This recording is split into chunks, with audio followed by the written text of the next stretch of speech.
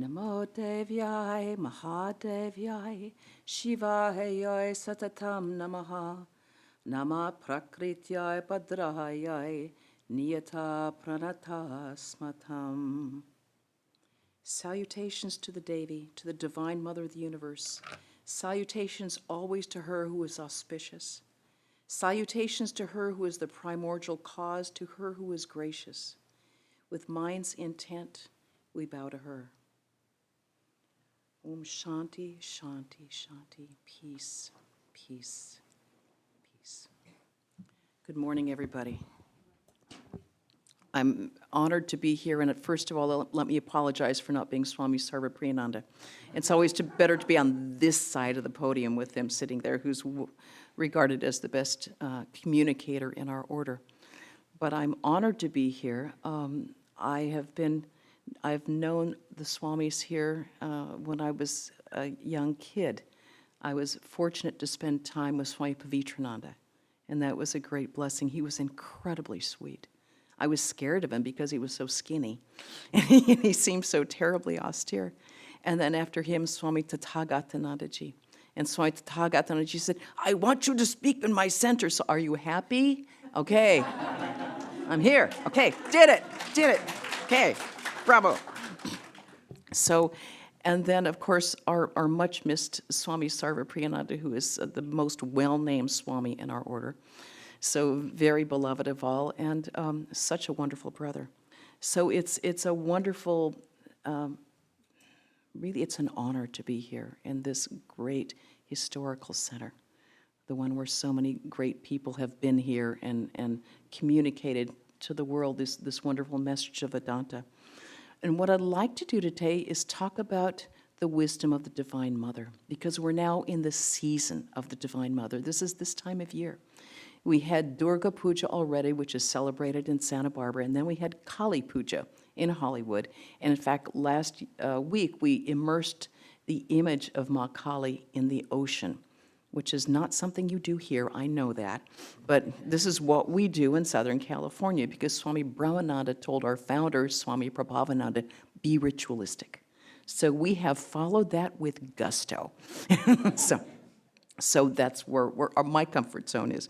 So, and today is the holy day of Jagadhatri Puja, the form of the Divine Mother as her and her manifestation as the ruler and the protectress of the universe. At one point, Sri Ramakrishna said, if she did not hold up the universe, where it would not be here. It would not exist. So it's a wonderful auspicious day. And as the protectress of the universe, I always remember that part from the Chandi, this great holy thing from the Devi Mahatmyam, this hymn to the Divine Mother. O Queen of the universe, you protect the universe. As the self of the universe, you support the universe. You are the goddess worthy to be adored by the Lord of the universe, and those who bow in devotion to you themselves become the refuge of the universe.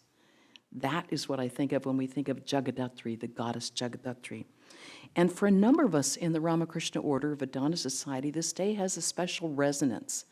I don't know how peculiar this is to us in the Southern California Vedanta Society, but when we do our daily worship of Sri Sarada Devi, we do a pranam, which is salutations to Sri Sarada Devi, who is the Jagadhatri Durga.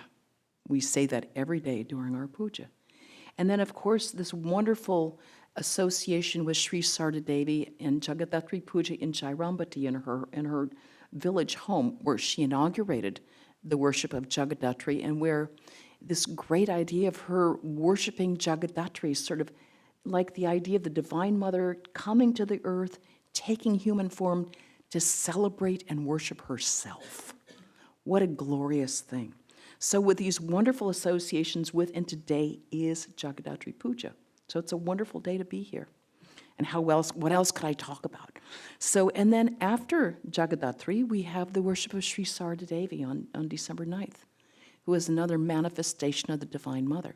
And then after Mother's Puja, we have Christmas, which is not only the time that we honor and revere the baby Jesus, we also revere and honor his Shakti, the Divine Mother Mary, who was a great and profound manifestation of the Divine Mother as well. So while the rest of this country is busy with their 63 shopping days till Christmas and being in malls with this rage-inducing Christmas jingles going on, we can think of the baby Jesus and the power that emanated from Holy Mary, the Divine Mother, who is this tremendous, she says so little, that so little is recorded of her words.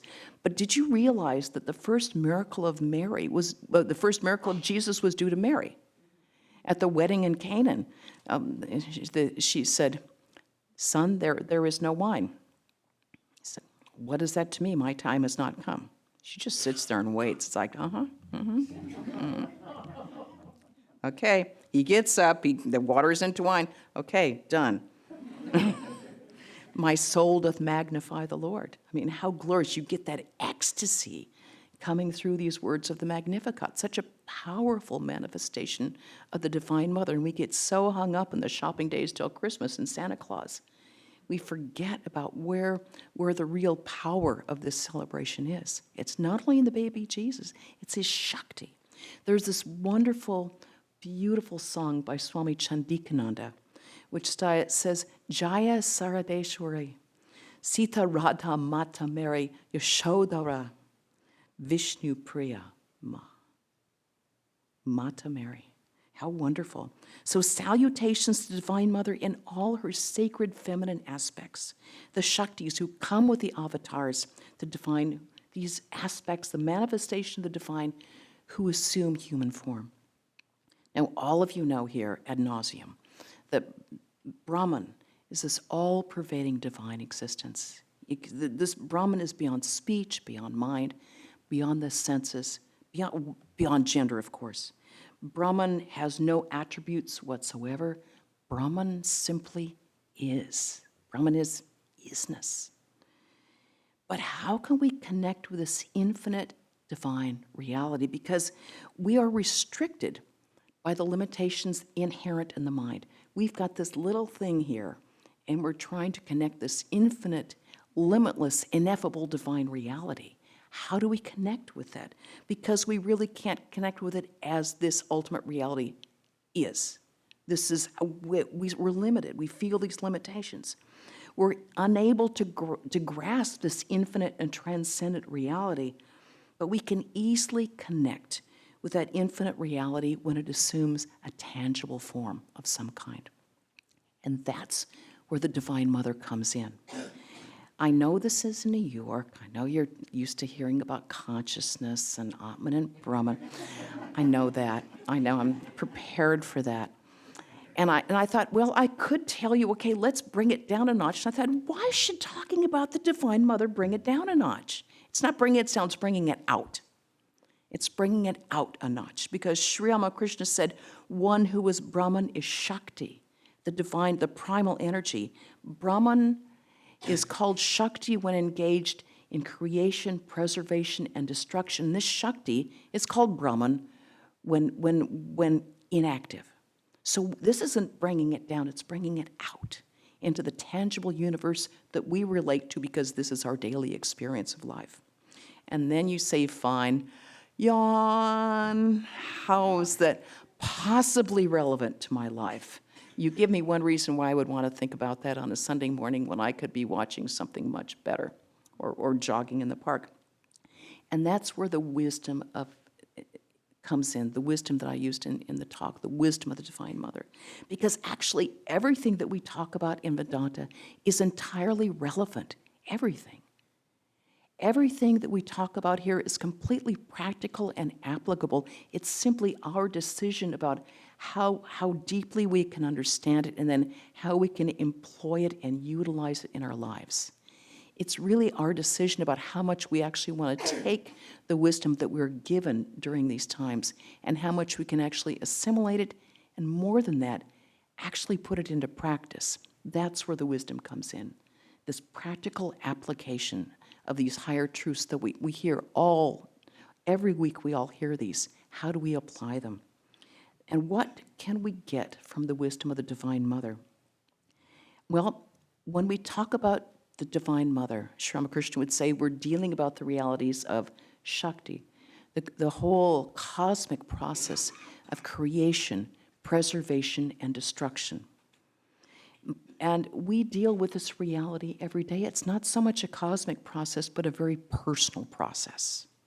Every day we are dealing with the reality of creation, preservation, and destruction, because my body, my mind, my prana, my ideas, everything that I have and I grasp and I hold on to, everything that I want to preserve is inevitably going towards decay and destruction.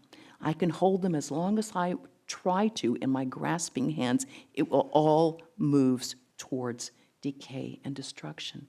And this is all in the realm of the Divine Mother. Everything I want to hold on to, everything I love, everything I cherish, including my own body and mind, inevitably moving towards decay and destruction. Swami Asheshananda, our great disciple of Holy Mother in Portland, never tired of quoting this great teaching of the Buddha, all compounded matter is bound to decay. He would say that day in and day out. It's like the most uncomfortable teaching we have. It's like, yeah, well, that's for them, that's not for me. I have nothing to do with that reflection I see in the mirror every day. It's like, this happens to other things. And all of us, at the same time, while we're hurtling towards decay and destruction, at the same time we have these profound yearnings for freedom, for immortality, for fulfillment, for more than anything else, for wholeness and completion. We long for this sort of completion, and we always go about it the wrong way, looking for love and completion in all the wrong places. We're all doing it because we have this deep yearning for something more that we feel must be there somewhere. And that makes sense because our real nature is free. Our real nature is infinite. It is unborn, undying, ever free, ever pure, unstained by everything that we experience in the body and the mind. And we have an intimation of that. We feel it in a very deep level, but for some reason, because we identify with this body-mind complex, even though we know better, our association, almost instinctively, knee-jerk reaction, we identify with this and with this. And because of that, we inevitably suffer. We suffer from grief, we suffer from pain, we suffer from the traumas of birth and death and rebirth. We suffer from the ups and downs of our mind. We suffer from pettiness. We suffer from jealousy and hatred and all these lower things that we ought to know better than, and we do anyway because of our wrong identification. So because of this identification, we feel that we're lacking something and we always want something more. We're always sort of in this mild state of distress because we're always we're longing for something more. We're kind of overcome with desire. We have a desire, I want this, I want that, I need to do this, I should do that, I want to do this. Or we're kind of, our heels are being nipped by the dog of fear. It's like, what if I lose this? What if this happens? What if this person goes away? What if this doesn't work out for me? So we're kind of beset by both anxiety and desire on one side and fear of losing it on the other side. And that's sort of the human condition. We are so rarely at peace. We are so rarely in this state of a deep peace. It's like, you know what? It's all okay. We're rarely, because we're always being pushed and pulled. So this is when we think of what we read in the Chandi, the Devi Mahatmyam. O Mother, when we remember you in times of distress, you remove fear from every being. And when we remember you in times of happiness, you give us even greater serenity of mind. This is when we remember the Divine Mother. And of course, without doubt, it's absolutely necessary for our own sanity to remember who we really are. We are not just the body and mind. We are free, we are immortal. Our deepest part of ourselves is untouched by all these things that we're so terribly worried about. We are free, we're pure. Death, what is death to me? I am the infinite. What can bind me? We have to always remember, Aham Brahmasmi, I am Brahman. I am the infinite. What's this universe to me? I'll crush it between my teeth. I'm the infinite. What is that to me? Sarvam Kalavidam Brahman. All this is indeed Brahman. Accept that. But sometimes it's tough. It's tough. Life just ain't easy. It's tough. And we just want someone to talk to. We want someone to listen to us. We want someone to help us kind of bear the burdens of our life. Because sometimes even those dearest to us are the ones who bring us the burdens. Those who we feel we should be able to talk to are the ones who are giving us the most grief. Those the ones who we want to hold on to are the very ones who are tearing away from us. So we want someone that we can approach, to whom we can open our hearts to and just remove the burden of our life sometimes. We want a tangible being that we can talk to and relate to, because sometimes we do become troubled, and sometimes we do feel that life is simply too much for us to even deal with at the moment.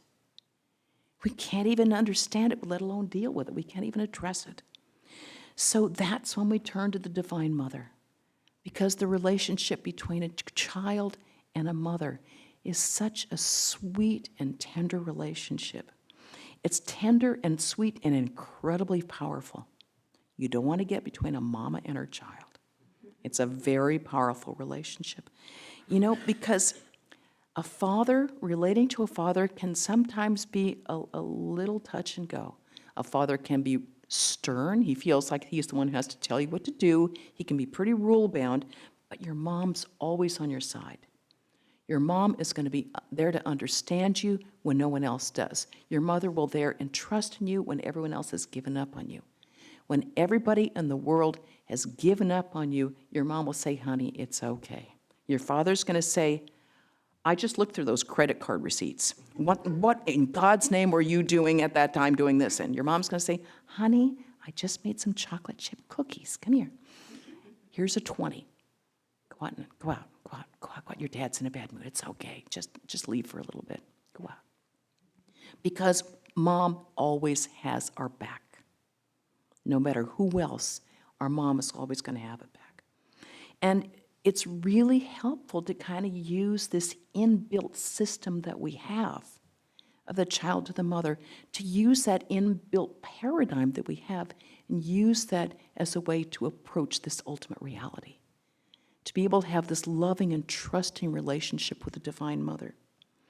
Yet the sort of sad thing is that in this Western world that we live in, it's not a working paradigm, because you're not going to put divine and mother in the same sentence in the West. It just doesn't work. I sing in a choir, and people in the choir, I come in and sing, they don't know who I am. And people sort of know I'm a Hindu nun, but they don't really know what that means. And they'll say, do you pray? And I say, yes, I pray. Well, can you pray for my son? Can you pray for my husband? Can you pray for my mother? And I'll say, sure. And they'll say, can you pray that this happens? And I'll say, well, yeah, it's up to Mother. It's up to the Divine Mother. And they go, ha, ha, ha. It's like, I'm not kidding. They don't, the concept is so totally foreign to the West, because everything in the West is pretty much from an Abrahamic tradition. It's either Yahweh or God the Father, or it's Allah. The Western tradition is a very masculine presence, very patriarchal figure with a lot of rules and a lot of commandments, and you don't want to get on his bad side because there's consequences to you not following the rules. The relationship with the Divine Mother is entirely different, and that's not there in the West, at least officially. The West may have women saints. Even the Virgin Mary is considered a Saint Mary. But they don't have this aspect of this powerful Divine Mother. And it's a real pity, because it wasn't always that way. In Egypt, they worshipped Isis. In Babylonia and Assyria, they worshipped Ishtar. In Greece and Rome, there were so many feminine aspects of the divine. In fact, when Hannibal set upon Rome, they didn't pray to Mars, the god of war. They didn't pray to Jupiter, the king of the gods. They prayed to the mother of the gods. They prayed to Cybele, Sibylla, the mother of the gods. That was going to get him out of trouble. Go to mom. Go to the big mom. She will take care of us. It's interesting that the Jews worshiped Chokmah as the manifestation of wisdom. Wisdom in the Jewish tradition was feminine. And it's so interesting, the ancient European archaeological digs show that the most revered article of worship was this divine mother figure. And these figures are from like 6500 BCE to 3500 BCE. I was in Turkey a few years ago, and I was astonished to go to the National Museum in Ankara. And there was from 6000 BCE, a beautiful goddess, a beautiful mother goddess from Turkey. This is in this whole, so the tradition has been there, it's just been pressed down. In fact, the early Christians, the very earliest Christians, they sort of took their worship of the Divine Mother and kind of plastered it over Mary, because the earliest prayer to Mary sounds very much like a Hindu prayer to the Divine Mother. This prayer goes, "We flee to your protection, O Holy Mother of God. In our needs, do not disdain our prayer, but save us at all times from all dangers. O glorious Virgin, our Lady, our mediator, and our advocate." We can think of this portion of the Chandi. "O Devi, you remove the suppliants of those who take refuge in you. Be gracious, O Mother of the whole world. Protect the universe. O Devi, you who are the ruler of all that is moving and unmoving." So mother worship has always been with us and will always be with us, because that's who we are as human beings. You can't take our DNA away from us. It is in our human DNA to have this profound, deep relationship with the feminine divine. And it's just a great pity that it's been so undervalued in the West, because I think we've suffered for it.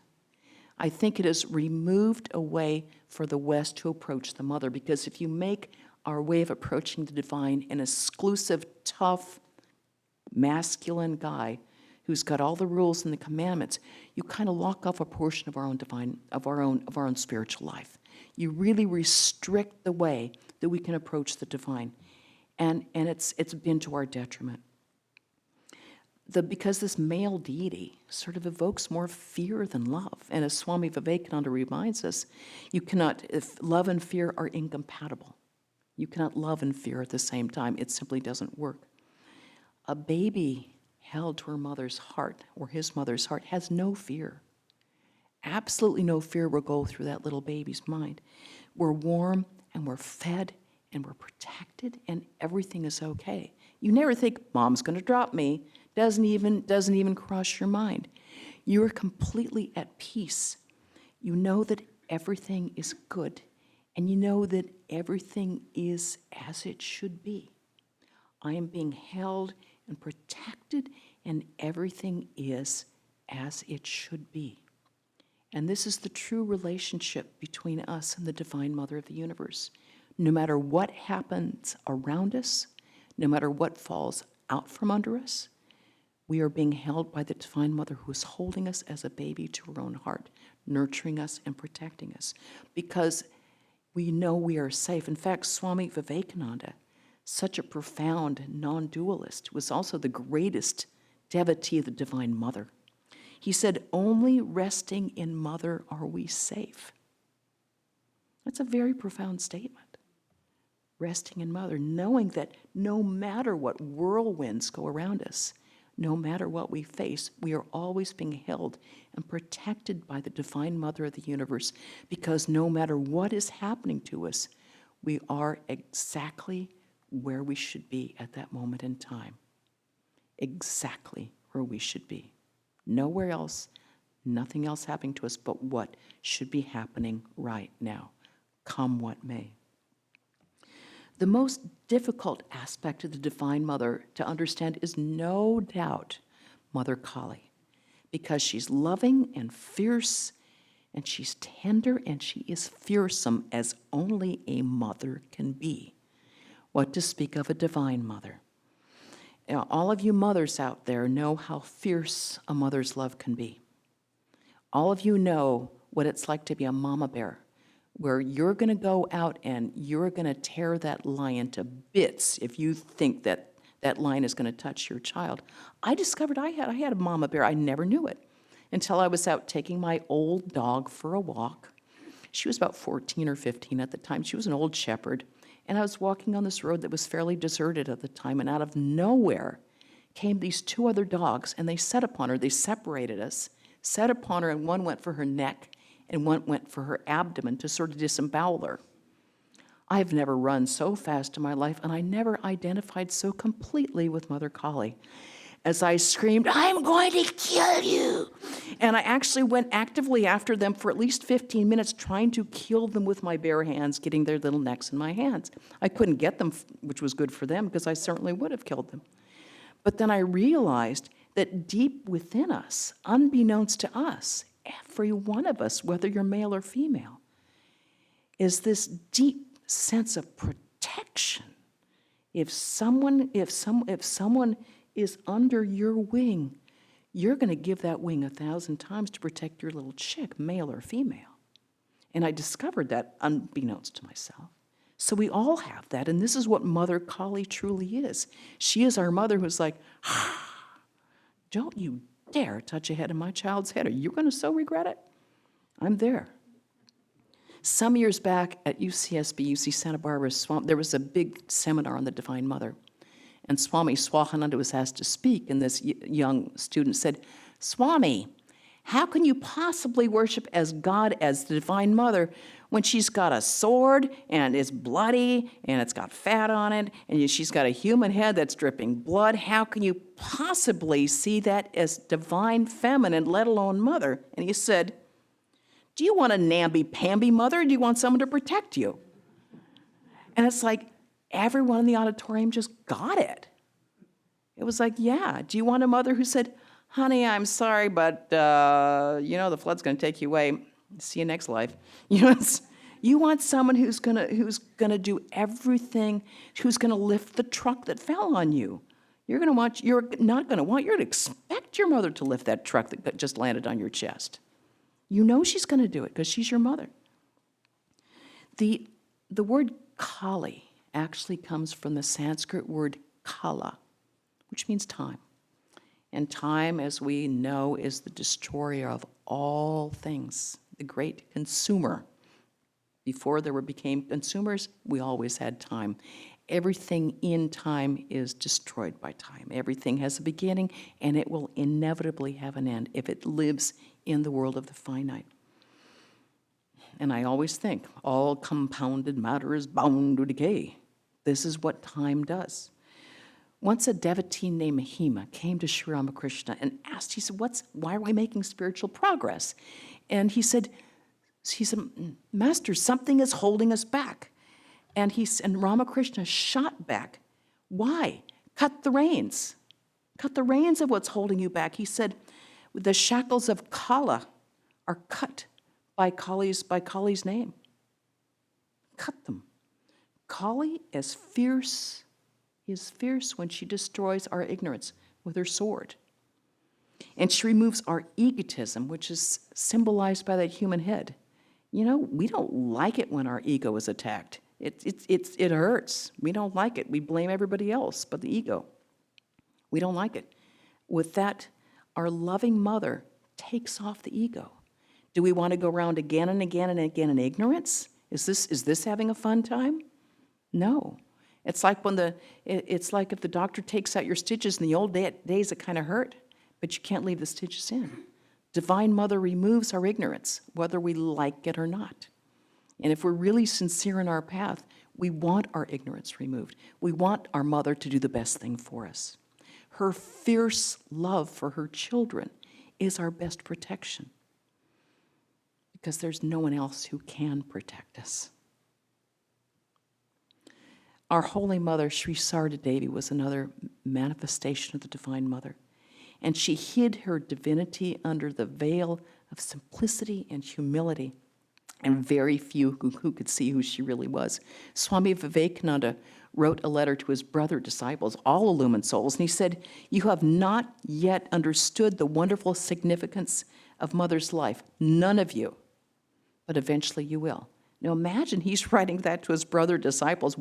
Where do we fit in this? How can we possibly understand her? Swami Pravrajika, who was one of Mother's disciples, gave us and told us in his reminiscences. He said once, it sounds rather incredible, but I'm going to relate it anyway. One day he was massaging Mother's feet, and he was looking at these old shriveled feet and massaging them. He thought to himself, how can the Divine Mother of the universe have these old shriveled feet? It's like he had this who is, he had this profound doubt at that moment. And just as he saw that, he saw these feet transformed into these beautiful feet, that they were bordered with alta, and they were adorned with gold anklets and with jewels and with pearls. And then he looked up, and instead of seeing the face of the Divine Mother, he saw this beautiful goddess, Jagadatri. And her face was golden, and she had all the ornaments of a goddess. She was adorned she had 3 eyes and the 4 arms, and she had her weapons. And he said he just lost consciousness, and he cried out, "Mother, Mother." And when he came to, he looked, and there was Mother, this ordinary, simple woman, taking care of this crazy Radu. And he was going, who is this? Who is this woman that I've been serving? Who is this Divine Mother? And he had this glimpse of the real nature of the Divine Mother, which most of us will never see in our life. We're just going to have faith in this simple village woman. So when we're looking for wisdom from the Divine Mother, you know what? These weapons and these ornaments and these pearls are not going to do us a lot of good. That's not going to help us. But underneath this domesticity and simplicity, we have this profound wisdom from this very simple woman that will always bear the test of time, that we will always have with us. She chose not to manifest her outward divinity, but those who were with her could see it. Once her young nephew was pestering her. He said, "Mother, who are you?" What do you mean who I am? I'm your aunt. I'm your aunt. Leave me alone. He was pestering and pestering, wouldn't leave her alone. Tell me who you are. Tell me who you are. And she said, I am your aunt. Leave me alone. Tell me who you are. All right. They say I am Kali. Then it got even worse. Is it so? Is it so? Then it got even worse. His pestering got worse. Yes. Yes. I am Kali. This gives us profound wisdom from the Divine Mother. While none of us are manifestations of the Divine Mother, none of us here are ordinary people. None of us. None of us are mortals that are subject to birth and death and decay. None of us should ever think of ourselves as ordinary mortal human beings because we are the infinite divine being. We're not going to find any ornaments and jewels, but we are going to find within ourselves this undying, unborn, immortal, divine, limitless being who is the source of everything, who is one with Brahman, who is one with this infinite divine reality. This is who we are. We're not ordinary mortals. We don't have to look for weapons and jewels. Look within our own hearts. We see this luminous divine existence that's at our real nature that will never, ever be affected by the moods of our mind, never be subject to death. We don't have to look outside. We can look inside for the glorious being that is who we are. That is what we learn from this. Look inside ourselves and see the divine manifestation there at all times. And then look around and see it wherever you look. This is what we learn from that. We are untouched by all our grief. We've become so enamored by our disguise. We're like this character actor who can't drop the character. It's like you're in a Western and can't leave the holster behind. It's like we've gotten so used to our disguise that we can't let it go. Mother chose to keep her divine nature hidden from the public, but we have to remember to always remember our divine nature. She knew who she was at all times. We forget. Sri Ramakrishna said of her, she's like the cat hidden in ashes. It's like we're the cat that's forgotten we're a cat and we think we're ashes. We have to remember who we are at all times, because that's our only way of get out of this place with some sense of sanity. Sri Ramakrishna said, She is Saraswati. She is born to bestow knowledge on others. She will bestow knowledge on us if we want knowledge, and that's the truth. She will give us wisdom if we want wisdom. She will give us liberation if we want liberation, but do we want it? Are we willing to take the steps necessary to really grasp the wisdom that she's given us? We have to want to be free. We have to want knowledge. Then the bounty is ours. She seems like an ordinary, totally unusual manifestation of divinity because she seems so ordinary. She was working all the time. Day and night she was working. She was taking care of everybody who came to her. She was taking care of the workers, and she was taking care of the servants. She was taking care of all of her disciples, everyone who came, her parents, her relations, her brothers, her crazy niece, everybody. She never stopped working. But her mind was completely centered the whole time in her divine nature. We always say, I don't have time for spiritual life. I'm so busy all the time. I don't have time for it. How do you think she was? She never stopped. She was totally indrawn. She had, all of her work was perfect and concentrated and done in this clean, concise, and efficient way. The Bhagavad Gita says, Yoga karmasu kaushalam. Yoga is skill and action. Mother's skill was very concise. She always kept her mind inside, but her outside work, all of the concentration inside was manifested in the concentration outside, and she, like a many-armed goddess, could manage so many things at so many times, not losing her temper, always at peace, always dealing with the insane people coming there, and all the responsibilities, and all the things that people laid at her feet. From Mother, we learned that we can do, she said, always stay busy. You need to stay busy at all times. Always do your duties. She said, if you keep doing your duties, keeps your mind in good stead. Now we think I've got to do my duties because people are going to criticize me. I'm going to do my duties because otherwise, otherwise things are going to go south. But she said, do them because it keeps your mind in good stead. We don't think about our mind when we think of doing the work that we have to do, but it's important for our mind. And it doesn't mean, she said, one must do some work. Through work alone, one can remove the bondage of work, not by avoiding work. And so we think, great, I love to work. I'm a workaholic. I'll just work all the time and I can be spiritual. Being a workaholic is not being spiritual because a holic lets you know it's compulsive. Compulsive work is not spiritual. It's just being compulsive. It means not being able to manage the mind. Work must be balanced by meditation. And she taught us how important meditation is.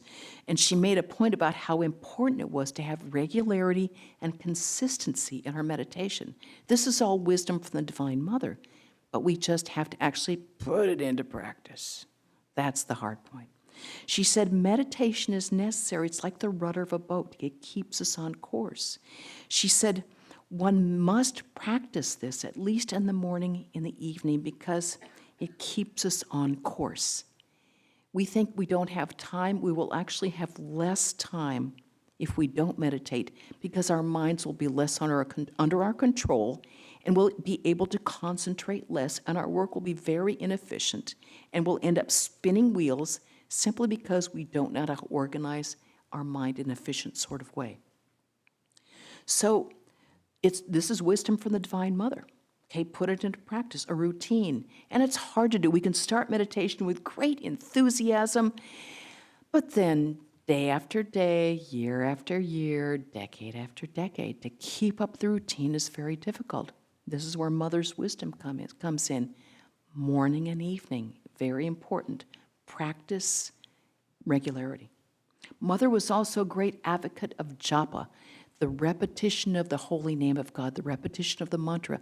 Again and again, she emphasized the importance of japa. Again, this is wisdom from the Divine Mother, very applicable in our lives. She said we have to keep this habit of the recollection of the divine. And Mother was so practical and very wise because she knows of the human tendency to create habits. We create good habits and we create bad habits.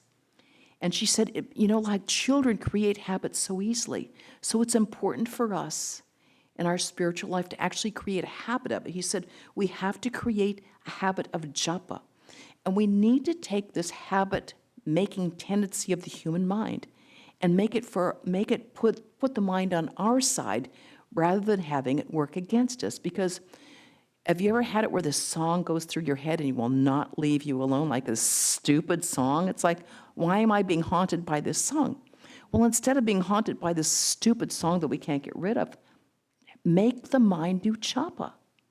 Have the mind incessantly doing japa instead of this ridiculous song or this ridiculous argument that we got into that we can't stop regurgitating, or this terrible situation, or the negative thoughts we put on ourselves. I can't do that. I'm too stupid. I can't do that. I should do that. Wisest person doing that. Instead of these negative thoughts, clean it out.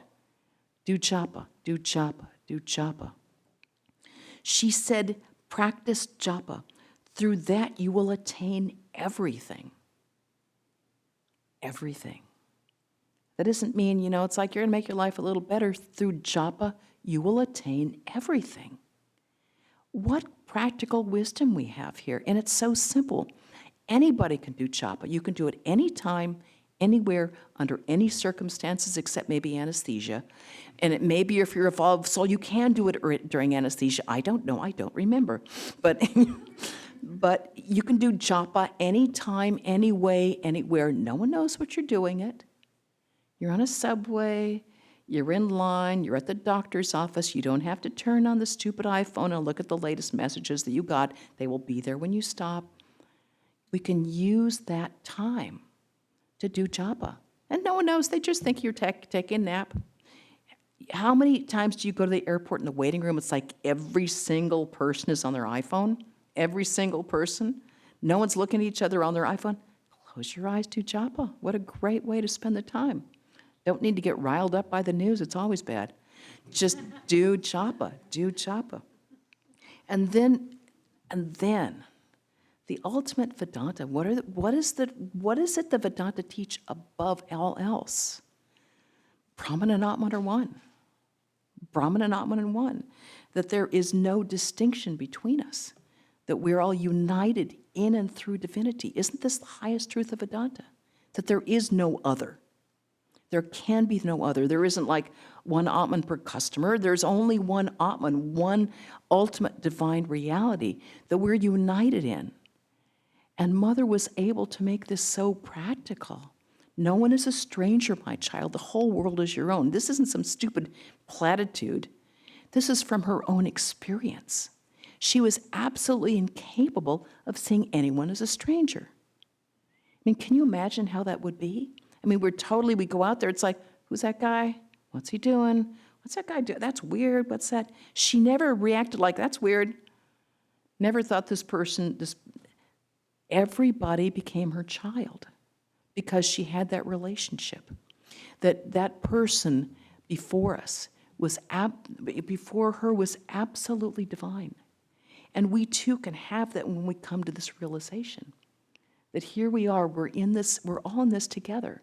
Every person that we encounter is an embodiment of the being. For us to remember that, we have to remember our own divinity.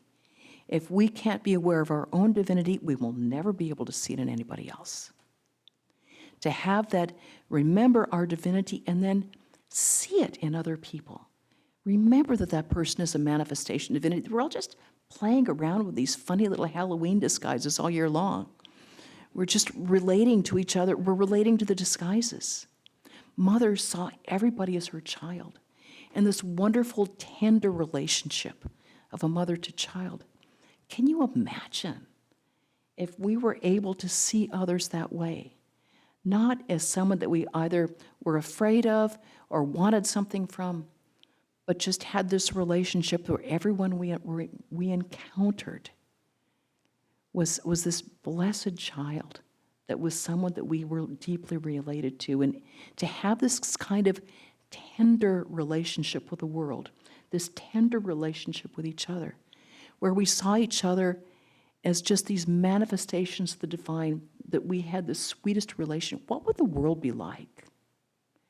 If we could relate to others, wouldn't our lives be sweet? Wouldn't we really love just being here with others? Wouldn't that be a fantastic, wouldn't we bring light to our own life and light to the world that way? So I pray to Mother that we can remember her and learn from this wisdom in her life.